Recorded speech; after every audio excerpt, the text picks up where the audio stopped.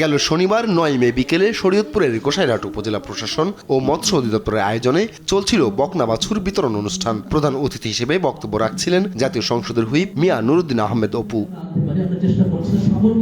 অনুষ্ঠানে মিয়া নুরুদ্দিন আহমেদ অপু বক্তব্য দেওয়ার সময় পৌরসভা বিএনপির আহ্বায়ক মোহাম্মদ শাখাওয়াত হোসেন সুজন সহ কয়েকজন নেতাকর্মী নিজেদের মধ্যে অপ্রয়োজনীয় কথোপকথনে জড়িয়ে পড়েন। এতে অনুষ্ঠানে আগত অতিথিদের মনোযোগে বিঘ্ন ঘটলে বিষয়টি লক্ষ্য করে শৃঙ্খলা বজায় রাখতে বারবার সতর্ক করেন হুইপ অপু। এরপরও নেতাকর্মীরা সংযত না হওয়ায় বক্তব্যের এক পর্যায়ে তাদের দৃষ্টি আকর্ষণ করতে কর্মীদের লক্ষ্য করে টিস্যুর বক্সটি ছুঁড়ে মারেন হুইপ।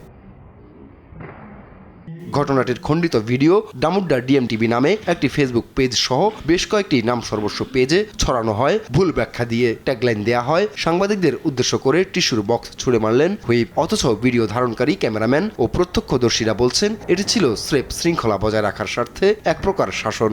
পুরোপুরি উনি আমাদের দিকেই মারছে, ওখানে কোনো সাংবাদিকও ছিল না।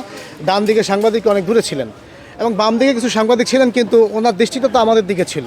ভাই এটা মানে যখন করছে তখন তো সে আমাদের দিকে তাকিয়েছিল। একটা জনপ্রিয় মানুষ, জনপ্রিয় নেতার মান সম্মান ক্ষুণ্ণ হোক, এইটা করার জন্যই হয়তো বা কেউ কেউ উদ্দেশ্য প্রণীতভাবে তার বিপক্ষে এই ধরনের অপপ্রচার চালাচ্ছে। পরিবেশটির যে তো সঠিক সুন্দর দিকে আপনার আনুষ্ঠানিক যে চলছে সেই অবস্থায় থাকে, সেই জন্য তিনি টিস্যুর বক্সটি ফেঁকে মারেন। অপপ্রচার যে সাংবাদিকদের উপরে মারা হয়েছে এটা সম্পূর্ণ মিথ্যা এবং ভিত্তিহীন। যারা এই কাজটা করেছে বা যারা এটা অপপ্রচার করছে তাদের আইনের আওতায় আনা উচিত বলে আমি মনে করি। ভিডিওটিকে মিথ্যা ট্যাগলাইন দিয়ে অপপ্রচার করায় শরীয়তপুর জেলা প্রেস ক্লাবের পক্ষ থেকেও নিন্দা জানানো হয়েছে। স্থানীয় প্রেস ক্লাব সভাপতি জানান, সাংবাদিকদের নাম ব্যবহার করে কিছু নিবন্ধনহীন অনলাইন পোর্টাল জনমনে বিভ্রান্তি ছড়াচ্ছে।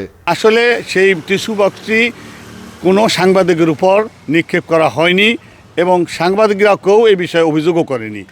অথচ সাংবাদিকদের ঘাড়ে এই দোষটা চাপিয়ে বিভ্রান্তিকর মিথ্যা তথ্য দিয়ে একটা সংবাদ প্রচার করেছে। আমরা এই মিথ্যা সংবাদের তীব্র নিন্দা এবং প্রতিবাদ জানিয়েছি। পুরো ঘটনাটি খতিয়ে দেখতে ইতোমধ্যে 3 সদস্যের একটি তদন্ত কমিটি গঠন করেছে শরীয়তপুর প্রেস ক্লাব। সময় টেলিভিশনের রিপোর্টার ও জেলা প্রেস ক্লাবের সাংগঠনিক সম্পাদক বিএম ইসরাফিলকে এই ঘটনায় এই কমিটির প্রধান করা হয়েছে। কমিটিকে আগামী 24 ঘন্টার মধ্যে প্রতিবেদন জমা দেওয়ার নির্দেশ দেওয়া হয়েছে।